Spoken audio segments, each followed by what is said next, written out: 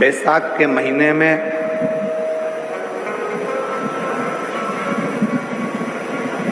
शिव सप्त तीर्थ का बड़ा महत्व है।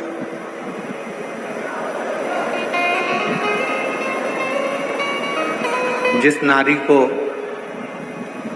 30 साल हो गए हों, बच्चे नहीं हों, 35 साल हो गए हों, संतान नहीं हो, 25 साल हो गए, 20 साल हो गए, संतान का सुख ना हो, और डॉक्टर ने कह दिया कि कोई बहुत बड़ी बीमारी किसी व्यक्ति को है, रोग बड़ा, बीमारी बड़ी,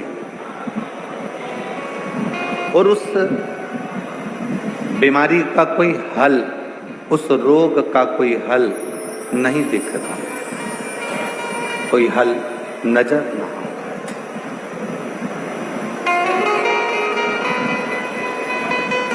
कोई हल दिख ना रहा।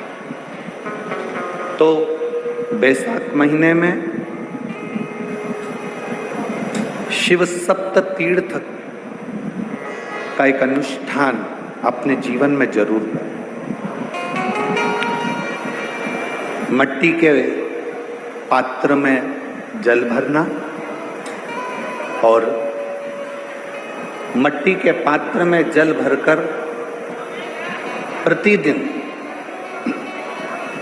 रोज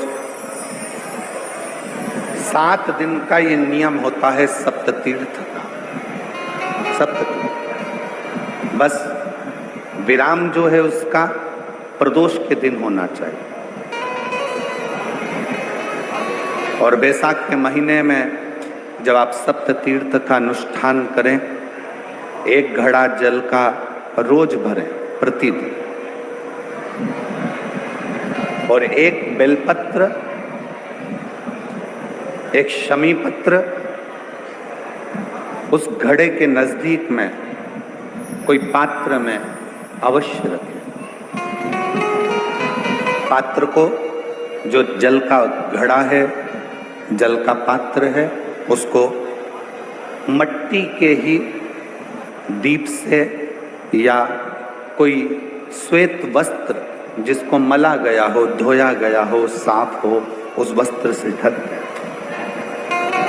एक दिन एक शिवालय में जाएं, शमी पत्र अशोक सुंदरी वाली जगह पर समर्पित करें। अशोक सुंदरी की जगह जानते हो ना आप लोग? अशोक सुंदरी की जगह पर शमी पत्र समर्पित करें। बेलपत्र जहां आप खड़े हैं उधर से डंडी का भाग आपकी ओर हो, और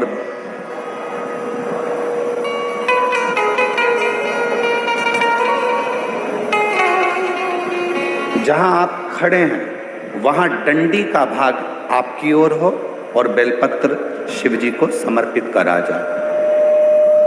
फिर जो मट्टी के पात्र में जल है वो भगवान शंकर को अपनी कामना कर कर शिव जी को समर्पित कर। संतान के लिए कर रहे हो तो वहीं से जल को एक कटोरी में, एक पात्र में झेल लीजिए। उस जल का आधा भाग नंदी के पास बैठकर आप ग्रहण कर लो, आधा भाग अपने पति को देना प्रारंभ कर दो।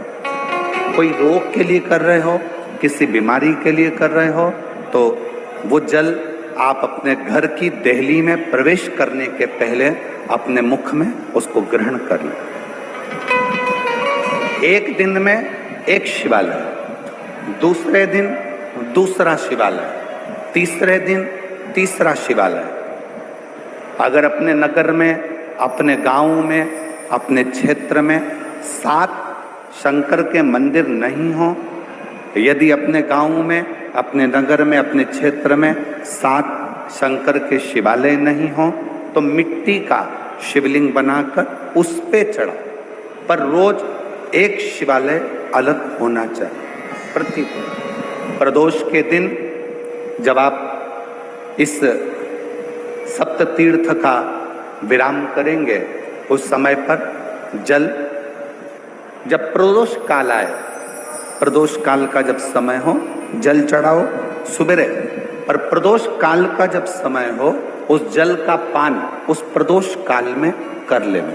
प्रदोष काल में उस जल को शंकर का पंचाक्षर मंत्र नमः शिवाय, षडाक्षर मंत्र ओम नमः शिवाय या श्री शिवाय नमस्तुभ्यम बोलकर प्रदोष काल में उस जल का पान करें। बाबा को प्रार्थना करें, शिव से विनय करें। ये नियम केवल बैसाख के महीने में होता है, इसको बाकी के महीने में नहीं किया जाता है। इसको बाकी के महीने में नहीं करते, केवल बैसाख।